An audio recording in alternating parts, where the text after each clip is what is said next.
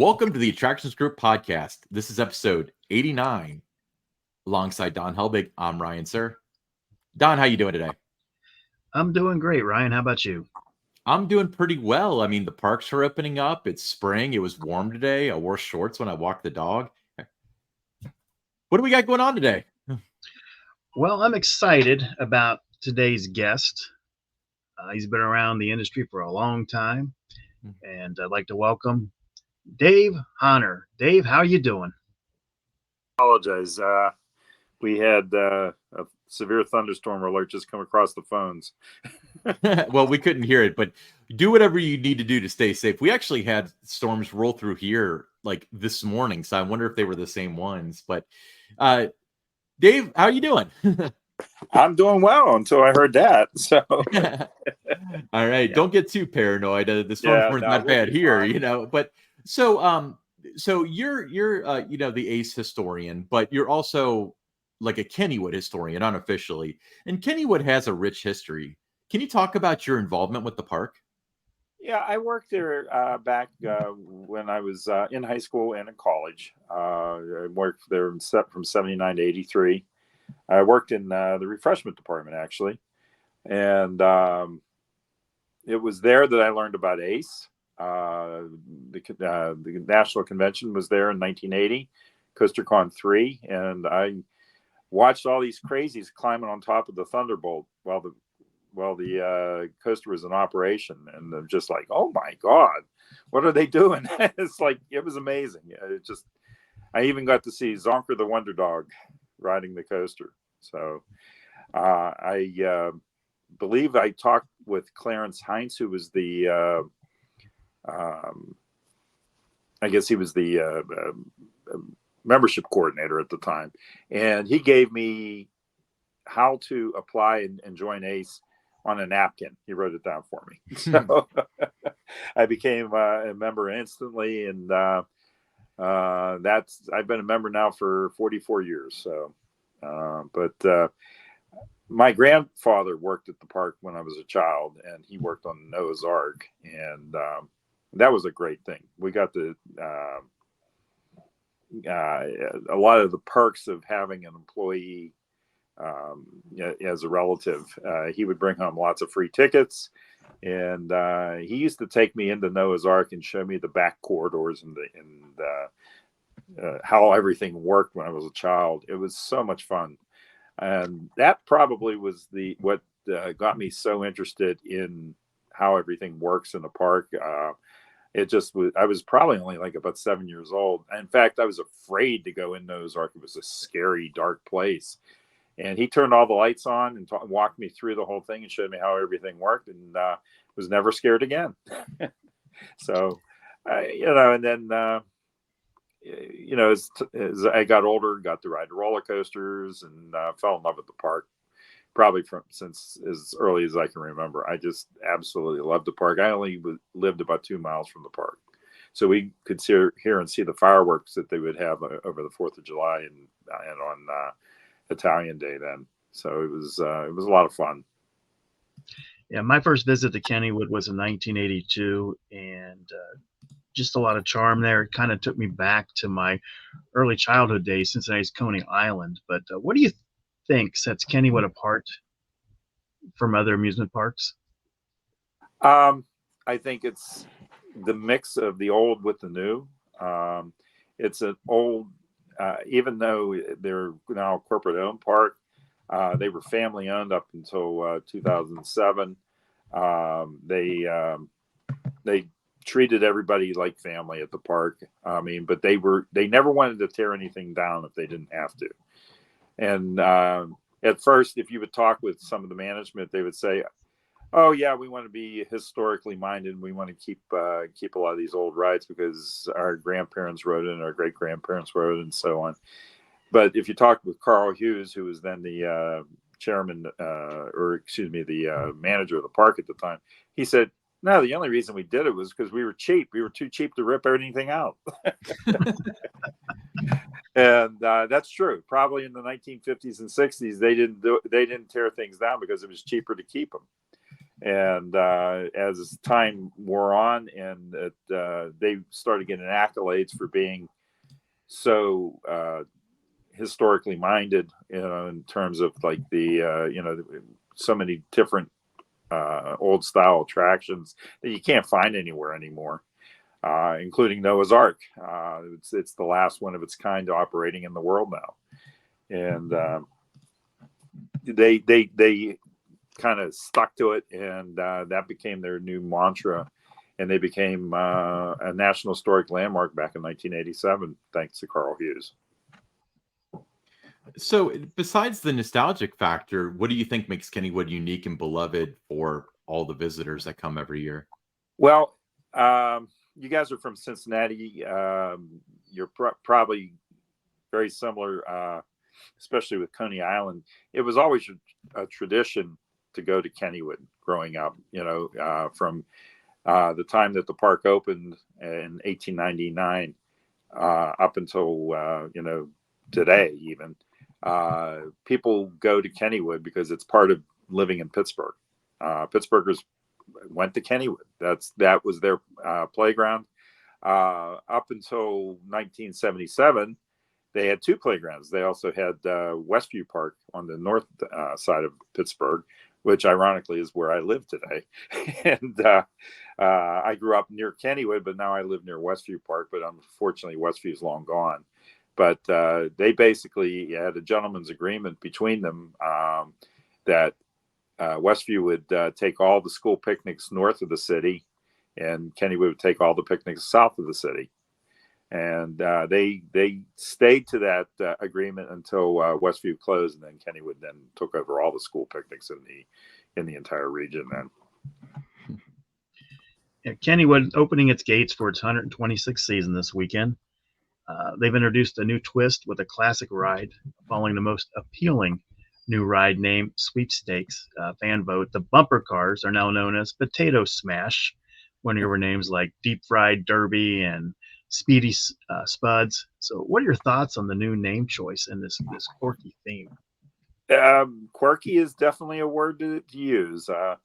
It was definitely unexpected when they announced it back in, I believe, December.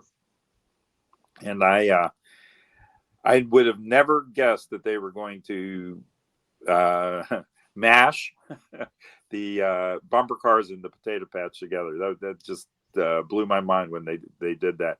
At first, I thought, "Oh my God, what are they thinking? That seems kind of silly." And the more I thought about it, but isn't an amusement park something about being silly and having fun? So, yeah, let's go with it. We'll go with Potato Smash. It'll definitely be something different, something unique, and it also screams Kennywood. The potato patch is a very beloved part of the park. Yeah.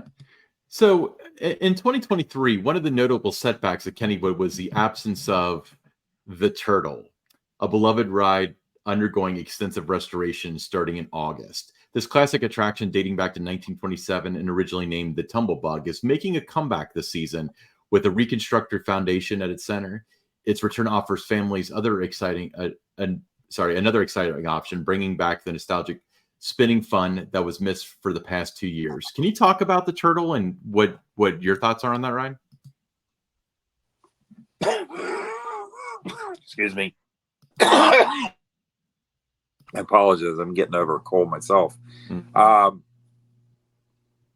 The Turtle has always been like a part of the park. I mean, it opened in 1927 as the Tumblebug, as you said, and it received its turtle themes, I believe, in 1946 or 47, and it's been as much a part of the park as the carousel, Noah's Ark, everything else that makes Kennywood Kennywood. And it is the last operating Tumblebug in the world. Adult-sized. Adult-sized. Yes, there are lots of little kitty Tumblebugs out there, but the Chambers Company. And I'm still got a lingering cough. Anyway, Turtle is totally been refurbished. They put a whole new center pylon in. They put they they fixed up the track. They redid the cars, redid some of the motors. It's going to be like riding a whole new ride, but yet it's still the same old turtle. And it's such a fun ride with the kids. Little kids and adults can ride together, and it just makes for a great family type of ride. It's one of my favorites there. Now, we hear there were some off-season updates to the Jackrabbit. This roller coaster debuted in 1920. Talk about that. Jackrabbit gets updated every year. Nothing really too different than what they get most years. Now, one of the things they did talk about was the coaster train being rebuilt. I believe it was the green train this year. They do that every year.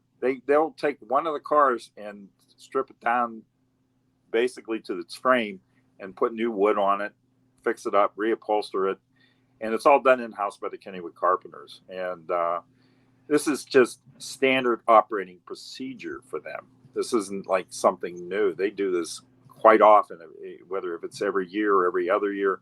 They're always constantly rebuilding those trains, which are they date back to 1950 when they were built by Edward Vettel of TM Harton fame, and also who built and designed the Blue Streak at Continental Lake Park, which we sadly lost a few years ago. And but they also built the coasters at Westview Park here in Pittsburgh, and so they it's nice to see Kennywood keep those old style trains, and they're pretty much the same as they were back in 1950, although they're missing the little propeller in the front. Other than that, though, they're pretty much the same trains, just with new wood, new upholstery, same laptop though. Yeah. So the Racer got some extensive work done. Can you talk about that? Yeah, again, it's more standard operating procedure with them. They replace sections of wood every year on all three of their coasters. Thunderbolt also received some new wood as well this year, and this is just how they keep the coasters in tip-top shape. They just like about every 7 to 10 years they'll replace a section of track or a section of the structure, and so nothing is older than 10 years on those coasters in terms of the structure of the track. It's just kind of like a cyclical upkeep or maintenance of the rides, and they do a magnificent job. Again, all in-house. They don't bring in any outside group to do their track. You got Kennywood's Jackrabbit, the Racer, Thunderbolt, 3 iconic wooden coasters. Each have been designated as an American Coaster Enthusiast Landmark. What makes these coasters so special and their enduring impact on the park's identity? Well, their age, for one. I mean, the Jackrabbit is now, I believe, the second oldest coaster in North America, followed by the Jackrabbit at Seabreeze in Rochester, New York, because of Leap the Dip's currently being closed, although Leap the Dip's still being the oldest standing roller coaster in the world. Yeah, I mean, Jackrabbit is special because of its incredible double dip that John Miller built. He designed that coaster into a small ravine in the park, and in doing so, he built a double down dip that, to this day, I don't think has been equaled. It is one of the most magnificent moments of airtime bliss that you can ever find on a roller coaster, I feel. Then you also have the Racer, which is the oldest operating racing roller coaster in the world, and it's also one of only 2 continuous loop roller coasters where you switch sides of the track. The other one being at the Grand National at Blackpool Pleasure Beach.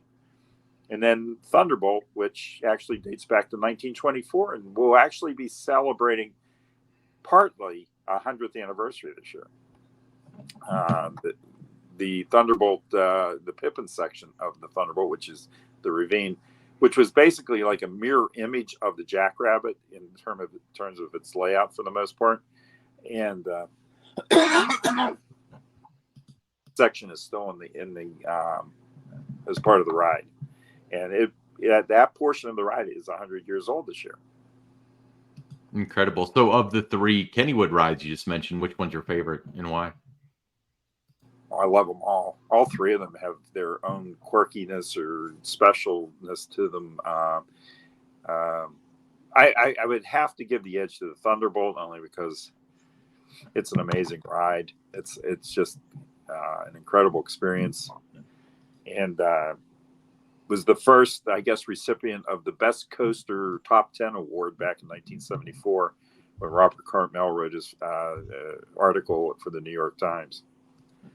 And I think that was the very first top 10 roller coaster list that was ever created, and at least that was published. So Thunderbolt ended up being the king of the coasters that year. Yeah, Thunderbolt of the 3 is my favorite too, and it's also one of those rides for me that's like 2 different experiences between the daytime, and then it just seems to take on a different vibe at night. I would agree. Yeah, it definitely feels like it's rolling faster at night. I've heard debates between engineers as to whether or not that's true. I think there's a little bit of a truth to it because the grease becomes a little more viscous in the evenings, especially on a warm summer night. So I think, a little bit faster. So still a great ride. Yeah, Kennywood also home to a really good steel coaster. Phantom's Revenge, rode that for the first time last year, and it really surprised me. I thought it was going to be good, but it was off the charts good. So give me your thoughts on that coaster. Wow. Yeah, Phantom's Revenge. I was lucky enough to be invited to Media Day when it was the Steel Phantom back in 1991. And it was a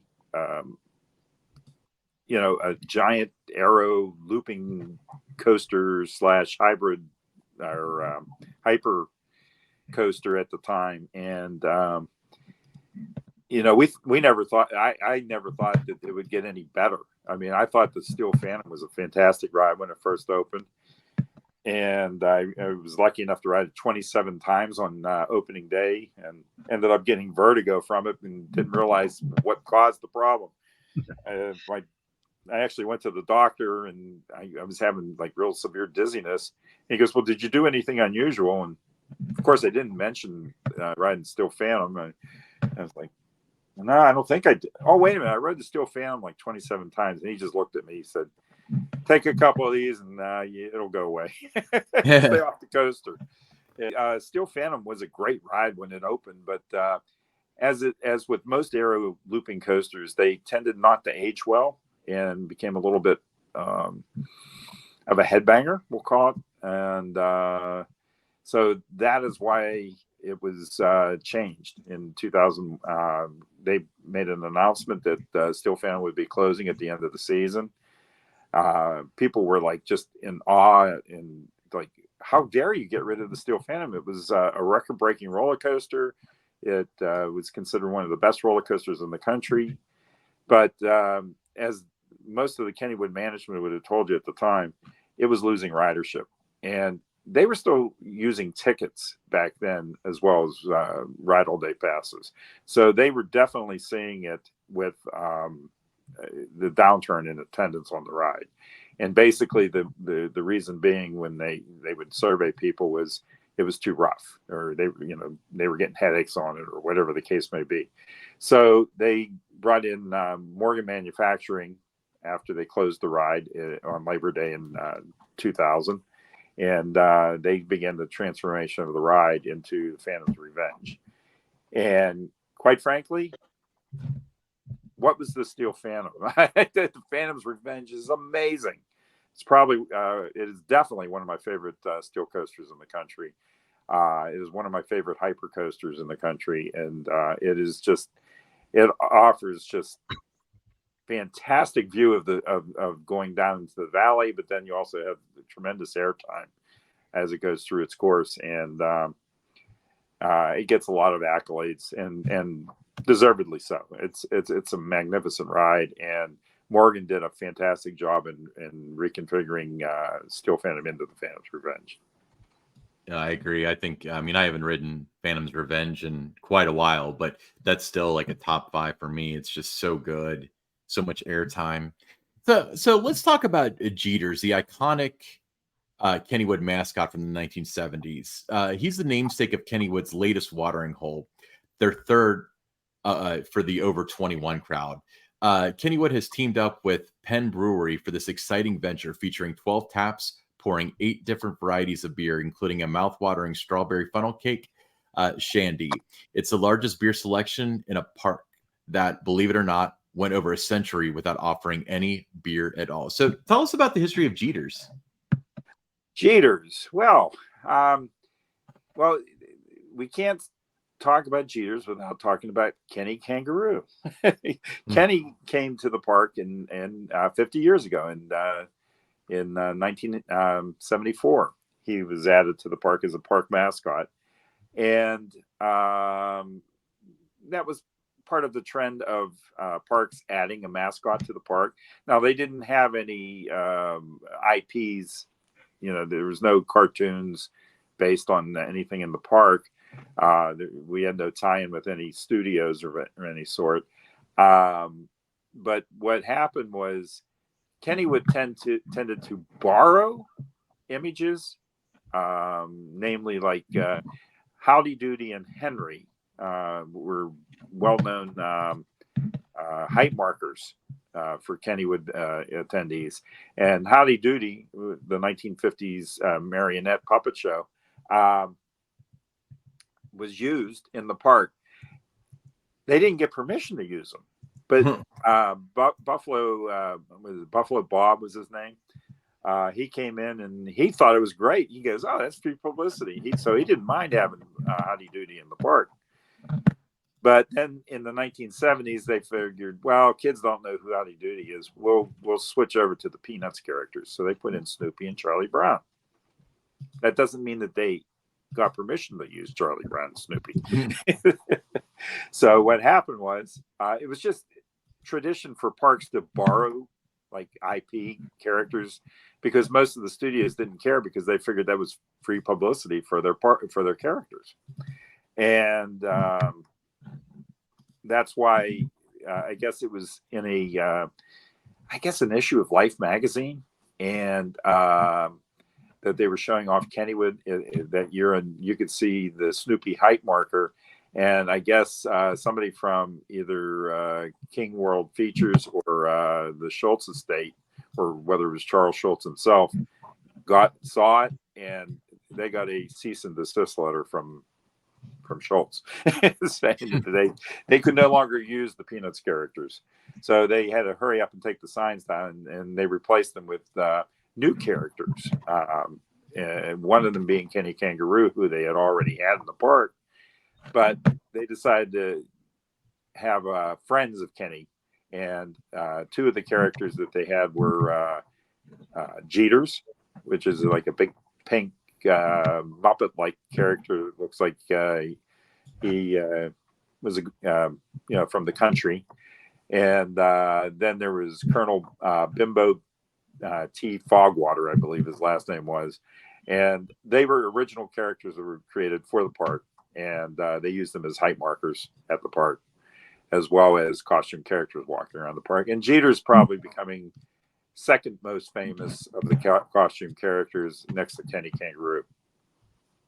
And Jeter's probably disappeared back in the late 90s, early 2000s. More likely because his costume was starting to probably see some wear and tear. And so he was quietly retired, and they got new Kenny costumes in the meantime. And surprisingly, they did not get another Jeter's costume, and he just basically disappeared quietly. And they introduced Parker, who is a Kennywood Arrow, which also walks around the park. So this is why I think now Jeter's is returning, and he's returning in a big way. He's getting his own tavern, which used to be a gift shop, and that was an arcade for one season. So, yeah. So Johnny Rockets, it had a good run, but there's a new player in town at Kennywood's Merry-Go-Round Pavilion. So what's the scoop on the revamped eatery? It's a Carousel Burger Company, And as someone that's been around Kennywood as long as you have, a lot of history there. So how do you feel about this change up at one of Kennywood's classic spots? Hey, as long as the burgers are good, you know. Mhm. I'm all for it. I mean, what they did to the Carousel Pavilion, some people didn't like the changes that they made. They made it an enclosed building, but it hadn't been a carousel since 1926.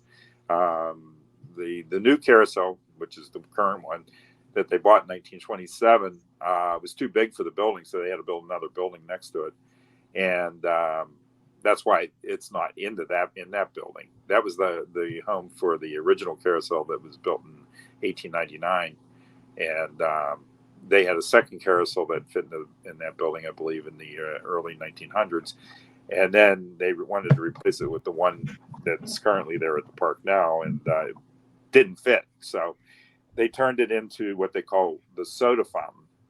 Basically, they brought in like a snack bar, and it became that way, and just grew, and they kept expanding it over the years, and then when I was a kid, it was one side sold hamburgers, where the other side sold like pastries and ice cream sandwiches and things of that nature, and they made their own donuts there, which was kind of cool. I don't know all that they're going to possibly do this year, but I did hear that some of their old school items might be coming back as part of the menu in the park. I don't know all that they're going to have, but I do know they're going to have burgers once again there. It was in 2010, I believe, they converted it into Johnny Rockets, and to be honest with you, it looked nice, but it wasn't necessarily one of the more popular venues in the park. Yeah. So, Aero 360, the park's thrilling pendulum ride, is back with a fresh coat of paint and some revamped controls and so on. Meanwhile, the 100-year-old Wacky Wheel has undergone a complete transformation. And that's not all. The Lost Kennywood gift shop, famous for sweet treats and park souvenirs, is also getting a makeover. Which one of these are you most excited for? Oh, it's got to be the candy. No, I'm. Let's put it this way: Aero 360 is a great ride to look at my age. It's not necessarily one I want to necessarily hop on board. I've ridden it. It's not for me, but I know a lot of young fans out there love it, and I'm glad to see it's been refurbished and it's coming back for this year. It became kind of an iconic ride for the park too because of the big arrows on it. I'm also very excited to going to do to the Kitty Ferris wheel, the Wacky Wheel, as they call it, because that is 100 years old this year, also, along with the Kitty Carousel, and they were the beginnings of what would become Kittyland at Kennywood, although they were located over near, where the paratrooper used to be in the park. If those are people who are familiar with it, it was like located near the current Carousel Pavilion, and they decided to move when they tore down the old Racer roller coaster, which sat where the auto race is today. They decided to move the Kittyland over there and build it right there between the auto race and the dance hall, and that's 1927 was when Kittyland, as we know it today, began as well. So two of the original rides, the Ferris wheel and the carousel, are still part of that Kittyland. They also have a Mangle's Whip, Kitty Whip, which is a similar model to the one that they had when they formed the Kittyland in 1927. Unfortunately, that ride, the original ride, was lost in a fire in 1975, and they replaced it with one from Paragon Park after that park closed. So, Dave, Kennywood, they just announced Steel Curtain will be closed in 2024 while they work with the manufacturer and a third party to increase the ride's reliability. What are your thoughts? Well, it's disappointing, obviously. I mean, I think everybody's disappointed with today's news that it will not operate for the 2024 season. But I'm also not totally surprised because I know they've been having some major issues with the ride. It was closed for more than half of last season, and without getting into details, S&S is coming in to re-engineer the ride along with an outside engineering firm to help alleviate the problems that it was experiencing. And obviously, safety has to come first. They detected a problem, and they want to get it fixed. And I applaud Kennywood for putting safety first. It's disappointing, yes, but let's hope that 2025 will be the year that the steel curtain comes back, roaring back, and that it's here to stay. Then we really hope that whatever problems that the coaster has been experiencing since it opened go away, and that they can finally get this thing fixed and put to rest and bring back the wonderful ride experience that it truly is. Very cool. So let's talk about your involvement with the American Coaster Enthusiasts. Okay. I've been a member since 1980, as I mentioned earlier. I found out about it with the ACE convention at Kennywood, and I've been a member ever since. And back in the late 90s, I was actually on there. That was actually the early 90s. I was working with on the membership committee, and I was the person that was answering the letters for people that were wanting to find out about ACE when they sent it to the PO box. So they would send all the inquiries to me, and I would write back to them with a letter and application and a brochure explaining all that ACE was about. And I'd like to think that I helped grow the club back in that period. Then in early 2000s, I was asked to be part of the regional rep team here in Pittsburgh. And then, and I'm still an assistant regional rep here for the region. And then in 2016, President Mark Cole at the time asked me to be historian for the club. And I thought about it, and I said, I appreciate the offer, but I really think that there's other individuals out there that know more than I do. And I politely turned it down. Well, 2 years later, he ran for re-election and won. And Mark was this time really insistent that he wanted me to be the historian. So I thought about it, and I finally accepted. And so I became a historian in 2008. And then I've been a historian since, and it's been an interesting experience. I mean, I learned a lot about different roller coasters, different manufacturers, histories of amusement parks. I've always been interested in that, and especially history of amusement parks, because I actually wrote a book on Kennywood back in 2004.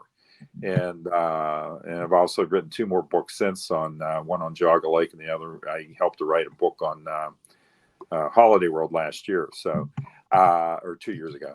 And so I've always been interested in history, and so that being part of what I do for ACE is I would write articles from time to time of historical natures for parks long gone or those that are still with us, and give their history about it. And of course, the most important part of being a historian now is the ACE roller coaster landmark plaques that we have been giving out to parks and roller coasters since 2002. And my predecessor, Richard Munch, who was also the founder of one of the founders of ACE, he created the landmark award, and I'm just carrying on his legacy as historian. And so far, I believe we have 48 currently that have been designated, and there will be 3 more this year. I can tell you that. Let's talk about, in that role as an historian and, the landmarks and that to get out there. But what kind of goes into determining what warrants that status? Obviously, age, uniqueness, and how much of it is inspired or helped to create like it helped to create a trend in the industry. One of the such is like Magnum XL 200. It was the first hyper coaster to be built, and that one deservedly got its landmark plaque. Batman the Ride is another one. Those are modern coasters that are getting landmark plaques because they started innovative trends in the industry that truly became like staples in the industry with roller coasters. But we also want to look at some of the oldest coasters out there. I mean, Leap the Dips, I believe, was the very first one that we awarded back in 2002. And it, obviously it was the oldest roller coaster in the world and the last remaining figure 8 roller coaster. It obviously deserved its landmark plaque. But then other coasters, different parks around the country, and now we're branching out more internationally. We are recognized, some of the obvious ones, like the 3 roller coasters at Kennywood, the wooden coasters at Kennywood, all received their landmark plaques back in the early 2010s. But then we also, we recognize the Matterhorn bobsleds at Disneyland, although we have not presented a plaque to Disneyland yet because they're unwilling to display it at the moment. But otherwise, every other park has been more than receptive to show the plaques that we create for them. And they can vary in range. I mean, we've done the kiddie coaster at Ride Playland received. I mean, they don't have to be big record-breaking roller coasters to be an award recipient. Kiddie coaster being the oldest wooden kiddie coaster in operation in the world. And that's why we had to give it a landmark plaque. And various other reasons. I mean, we go because we look at how much of an impact they had on the region or in history itself for roller coasters. There's various factors that we look at. Yeah, very cool. I mean, so when we're talking about the history of Ace and so on, yeah, you really kind of made a splash more, as a historian, but also as a regional rep. So let's talk about your role as a regional rep. Like, what kind of functions do you serve? Like, what if somebody wants to join Ace? Like, do they contact you, or how does that work? You can. I mean, I'd be more than happy to point you to the right people. The best way to find out about ACE obviously is online at www.aceonline.org, and click on the membership tab at the top, and it'll tell you exactly how you become a member. You can do it right online, which is so much easier than us mailing stuff out like we did 30 years ago. So you can become a member that very day. But I became an assistant regional rep in my region back in the early part of the 2000. I think it was like 99 or 2000. Became an assistant regional rep, and I was in charge of registration for our region. I did all the name badges and collected all the money and everything when we had a regional event. I recently retired from that position about 2 years ago. So, but I still help with planning of events. I do a lot of historical activities during like our KennyCon.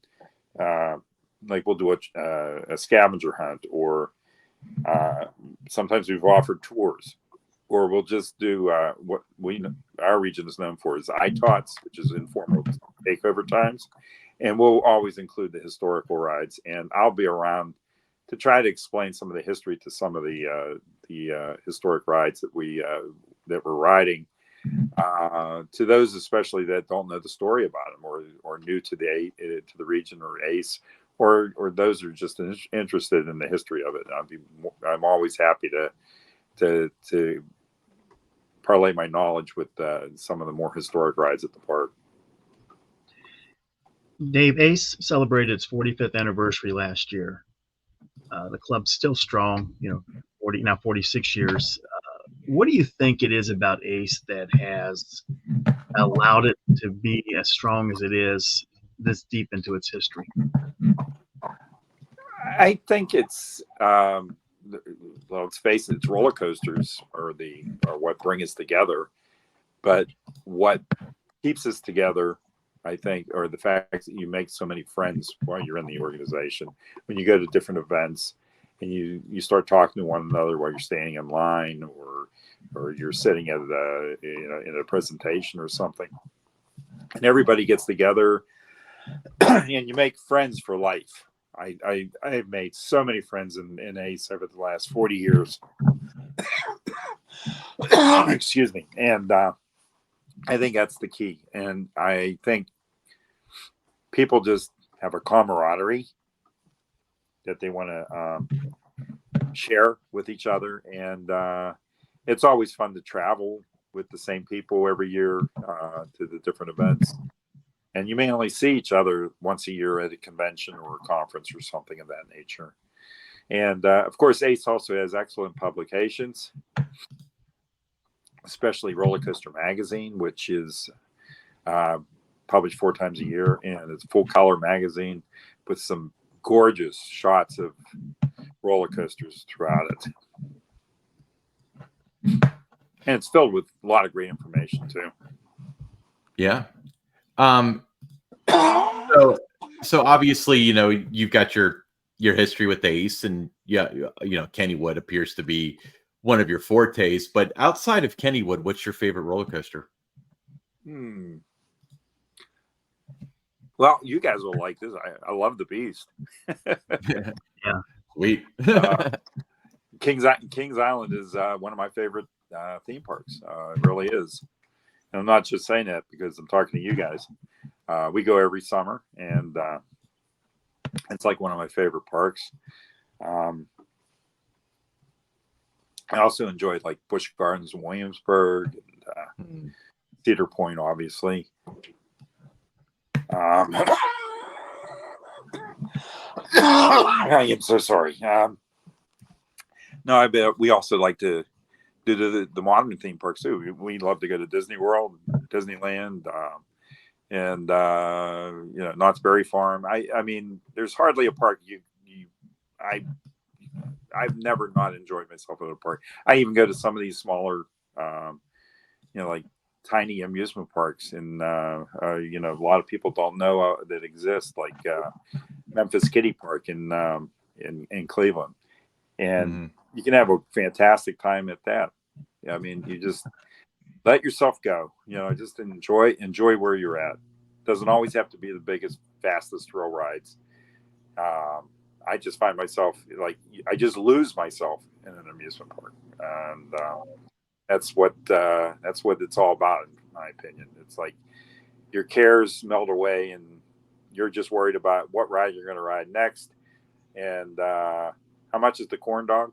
It's like you forget about your everyday strife, everyday problems, and I just find it you're almost immersed in a fantasy world on a when you enter the gates of an amusement park or a theme park, and I think that helps. That's my stress reliever. I mean, that's why I enjoy it so much. And Dave, in today's world that we live in, a lot of the enthusiasts, they're seeking the biggest, the fastest, thrills out there.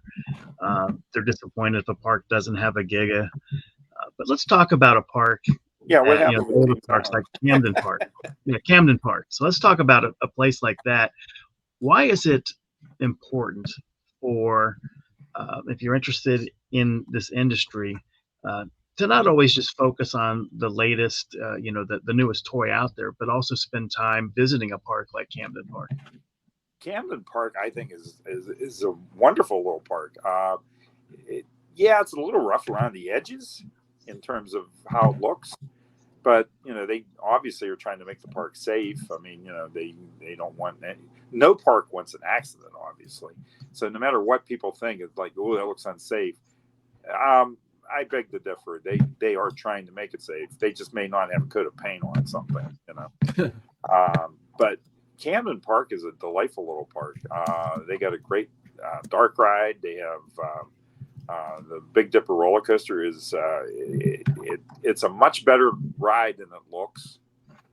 First off, it's very smooth, and secondly, it's a little more thrilling than it looks. And then their Little Dipper roller coaster is another example of it's the last of its kind. These were types of rides that were around all over the place. There was hundreds of them around the country, and this is the last one of itself remaining. So it was a production model ride that everybody had, and now they're the only ones that have one left. It's a great little park. I highly recommend it. So when we talk about, let's ask this question, because this seems relevant. Because if you want the best, say, flight sampler of all the different roller coasters that are available from a modern standpoint, usually Cedar Point comes to mind. They've got one of everything, essentially. Yeah, they do. What's your favorite Cedar Point ride? The train. Good answer. I love the train at Cedar Point, the Cedar Point Lake Erie Railroad. It is fabulous. I mean, I love the smell of the coal burning engine that they have. I mean, it just, I could sit on there all day. However, they do have a good selection of roller coasters too. So, I do get off the train, but I love Millennium Force. That probably is my favorite at the park. The Blue Streak is another favorite because I'm a wood coaster aficionado. I just love wooden roller coasters, and the Blue Streak is a great one. Some of the newer rides like Gatekeeper and Valraven, I think, are fun too. Steel Vengeance, a lot of people love it. I find it a little bit too aggressive. So it depends on what you're looking for, I know younger people tend to like the more aggressive rides. I'm finding myself that the more aggressive rides tend to be not my favorite rides anymore. They may be great rides, they may be top 10 rides, but I like to get on rides that I like to ride over and over again. Perfect example would be Adventure Express at Kings Island. I love that coaster. So much fun. We all love that coaster.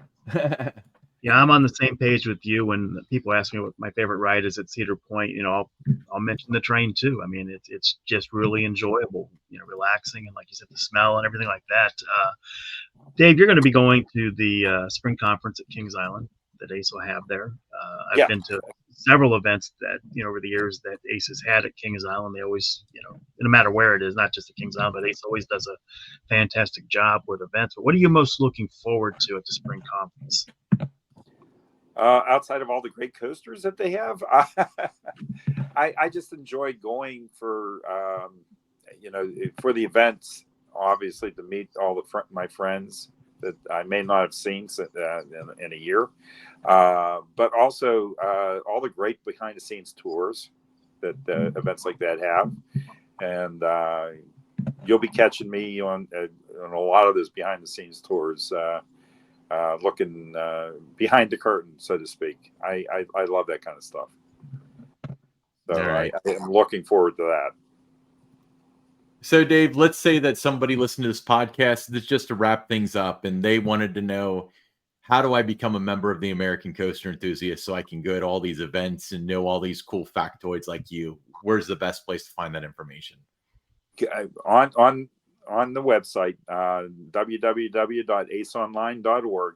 That's the best place to find about ACE. You can learn about a lot of our like the different coaster awards that we've given out, especially the landmark awards. You can learn more about the club. You can learn about the different events that we have, and it's the best place to go. I'd also recommend looking it up on the Facebook page too, because they're putting a lot of more information on the Facebook page now too, as well, and other social media sites. Perfect. Yeah, Dave, switching gears a little bit here, you and I are not just about the amusement theme park industry. We're also sports fans. Your Pittsburgh Penguins, your Pittsburgh Penguins did not make the playoffs. Time to break up the band. Oh, that's a loaded question. I think it's time to get more youth involved. Yes, I mean we need to get that. I hate to lose any of the three old timers, especially Crosby. But it may be time. I mean, I think they could probably get a nice trade for Malkin. As much as I'd hate to trade him off, but yeah, I think it might be time. Yeah, I agree. Yeah. Awesome. Cool. Well, thanks again, Dave, for being on the show. We really appreciate it. I appreciate you having me on. I really enjoyed this. I enjoy listening to your podcast too, by the way. Awesome. I enjoy Tower Topics as well, because I am a huge Kings Island fan. So I do listen to that as well. So yeah. I appreciate all that you guys have done so much with the information that you provide. So it's our pleasure. Thank you so much. Well, Dave, we'll see you in a few weeks there at the spring conference. I'm looking forward to it, Don. Thanks.